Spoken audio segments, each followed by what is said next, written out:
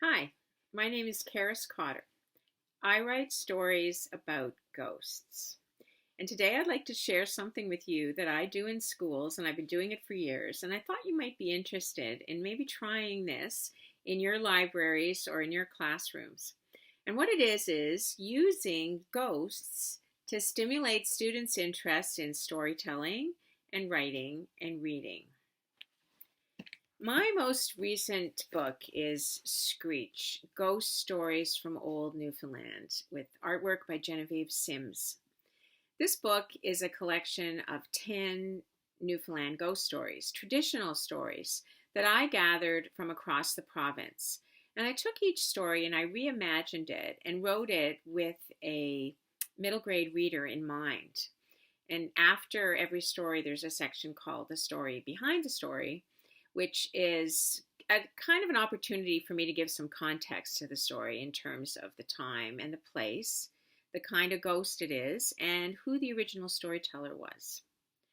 So that's my book, Screech. And I'm going to get back to that a little later. But I just wanted to let you know that I have written picture books and novels. You might be familiar with some of them, The Painting, The Swallow, and The Ghost Road. Those are three of my novels, and there's definitely a theme. They're all involved with ghosts. Uh, Ghosts are in all my work, and particularly Newfoundland ghost stories. And what I've done is I've worked with kids a lot with my books and with ghost stories in Newfoundland and across Canada over the years. So what I do is I use ghosts as a way to capture their imaginations and their attention. I think ghosts are one of those subjects like maybe dinosaurs and Egyptian mummies that kids immediately are fascinated by. All I have to do when I go into a classroom is mention the word ghost and everybody snaps to attention. So it's a fun way to get them thinking about all kinds of things. So I think that I really feel that ghosts are a gateway for me into a child's imagination. As soon as I start talking about ghosts, they want to know more. They want to tell me their stories. They want to hear my stories. They want to read my books. I think that ghosts open up a world of creativity for children. And part of the reason is because ghosts somehow seem to make the impossible possible. And I've thought about this a lot, and it's that element of the impossible becoming possible that is the appeal in a lot of ghost stories for adults and for children. So I'm particularly fascinated by Newfoundland ghost stories. And it's almost like this island was just created on purpose to be a haven for ghosts. I mean, the landscape, if you've ever been here, it's this rugged, barren landscape, and it's surrounded by the Atlantic Ocean, which is deep and dark and dangerous. So, a few hundred years ago, when Europeans started coming here, they brought their ghost stories with them.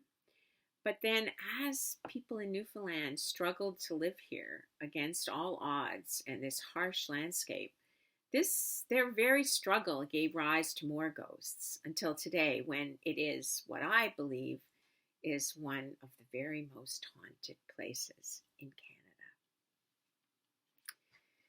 So with this in mind, a few years ago, I started working in schools with students near where I live, and I asked them to bring in stories from their parents and their grandparents, and I could not believe their response.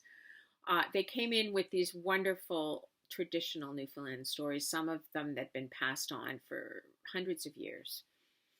And so we worked on these stories in class, and we worked on storytelling, and then we worked on writing them and illustrating them, and we published some books of ghost stories. The first one was called The Ghosts of Baccalieu. This was at a place called Tricon Elementary in Bay de Verde, which is not very far from where I live. And you can see that we had a child who illustrated the cover. It's full of illustrations of ghosts. There's one on the back. Wonderful illustrations and wonderful ghost stories. And then the second place I went to was a place in Trinity Bay called Little Heartsease. And that's where, in the place called Southwest Arm, that's where I did this project again. And we published another book, The Ghosts of Southwest Arm. And again, everyone in the school participated and put either an illustration or a ghost story or both into the book. So this was a lot of fun for me and the kids, but it also really opened up some doors for me, and made me realize how rich the resources the kids had at home in their families. And in Newfoundland in particular, there's a very strong oral tradition of storytelling. And everybody thinks that it's fading away, and it may be fading away with all the technology we have in the 21st century. But the stories are still out there, and they're still being told from parent to child to grandchild and on. So that's very heartening, and that's what I discovered by publishing these books. Now, one of the things about a ghost story is that it deals with life and death. So it's going to touch on tragic events in any culture where it comes from. And in Newfoundland, this is no exception. So in Screech, I've got stories in here that touch on the essence of the different events that made Newfoundland what it is today. And there's one story about the TB epidemic in the early 20th century when so many people died from TB. There's a story about child labor in a lumber camp in Gander. There's a couple stories about shipwrecks, which is a constant factor in Newfoundland. There's also a story about resettlement in the 50s and 60s, a ghost story. And there's also a story about a blueberry picking ghost. So all of these things touch on Newfoundland and kind of give a snapshot of this province in the last 100 years. So one of the things I've taken from my work is that every ghost story pretty well that you hear has got some kind of clue in it as to how the people lived at that time and what they believed in. And I call these my culture clues. And I ask kids to try to identify them. And this adds a different level of learning and understanding to a simple ghost story.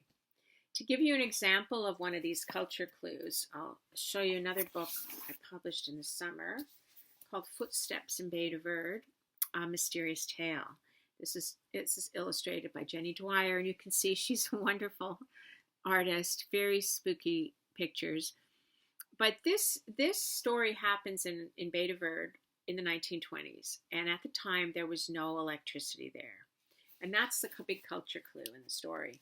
And once you start talking about with the kids about the fact there was no electricity, they start thinking about, well, how much would that affect their lives? And they start trying to imagine what it was like to live then. And no telephone, no fridge, no electric light, just a kerosene lamp and a wood stove for heat.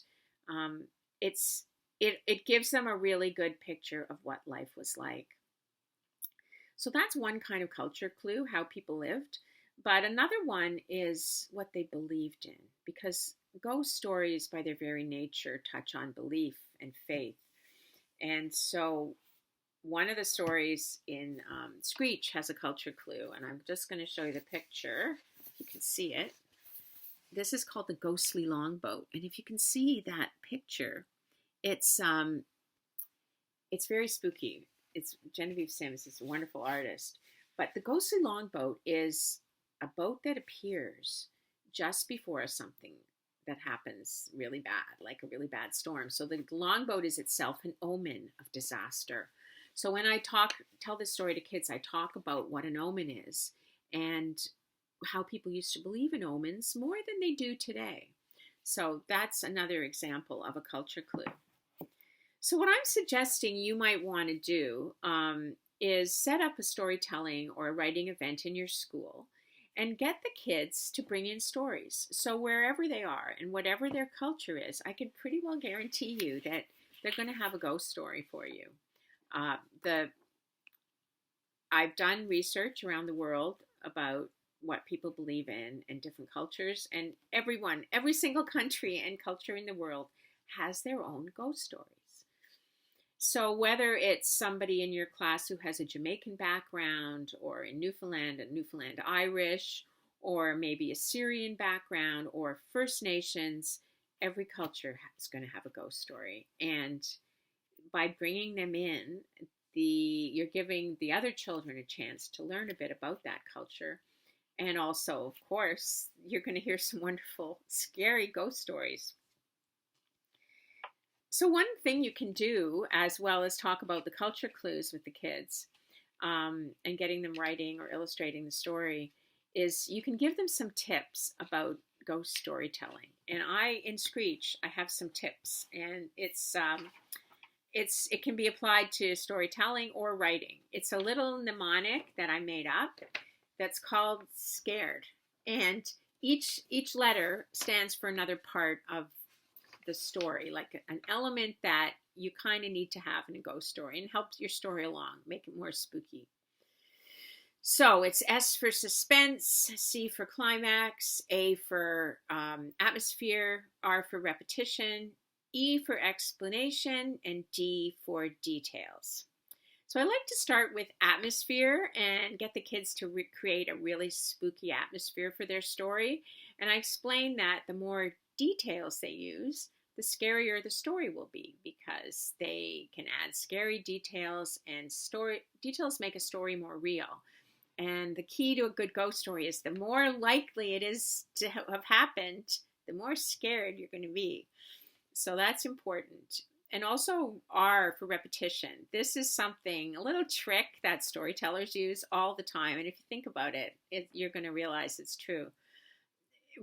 Repeating things, having things happen more than once, is an age-old tool in a story. And you'll find it in fairy tales all the time too. So if I'm alone in my house and I hear a spooky knock at the door and I go to see who it is, if I just hear the knock once, it's going to be scary, definitely, especially where I live, at the end of the road in the middle of nowhere. But if I hear the knock and there's nobody at the door, and then I hear it again and there's nobody at the door, second time, I hear the knock again, third time, I go to the door and then there's a ghost. That repetition really builds suspense. So it's something very easy, and kids love using it once they figure it out. So suspense is built by that. And I do talk a lot about suspense in my workshop, about how the writer is just playing with the audience and getting them more scared and moving closer and closer, building the suspense till it's really, really scary, and they get to the climax, which is the most scary part of the story. And after the climax, there's often an explanation. You might find out who the ghost is, why they're haunting this particular place, something like that. So that's one thing you can add at the end of your story. So that's my little scared mnemonic. And like I said, you can see it in Screech, and I use it when I visit schools too, in my ghost story writing workshop. But anyway, I hope now I've given you just a couple of ideas of things you can do with students with ghosts and ghost stories. You don't have to it doesn't have to happen to Halloween. Ghosts are scary all year round, and it's just a bit of fun. And I can guarantee you that if you try some of these things with your students, you'll find it does stimulate their interest in reading and writing and storytelling, but also in discussions about how people used to live and what they believed in. And that way they can discover things about cultures other than their own, or even their own culture. So I'm happy if anybody would like to write to me and ask me questions about anything I've said today. My email is chariscotter@gmail.com. I'm always happy to hear from people. And I also have a website, chariscotter.com, where you can look up my books and my workshops. Now that we have virtual workshops, and I've done several of them in the last few months, I can go anywhere. So if you do want me to come to your school, get in touch. I'd be happy to talk to you about it. And meanwhile, I just like to say, have fun with ghost stories and happy screeching. Thank you.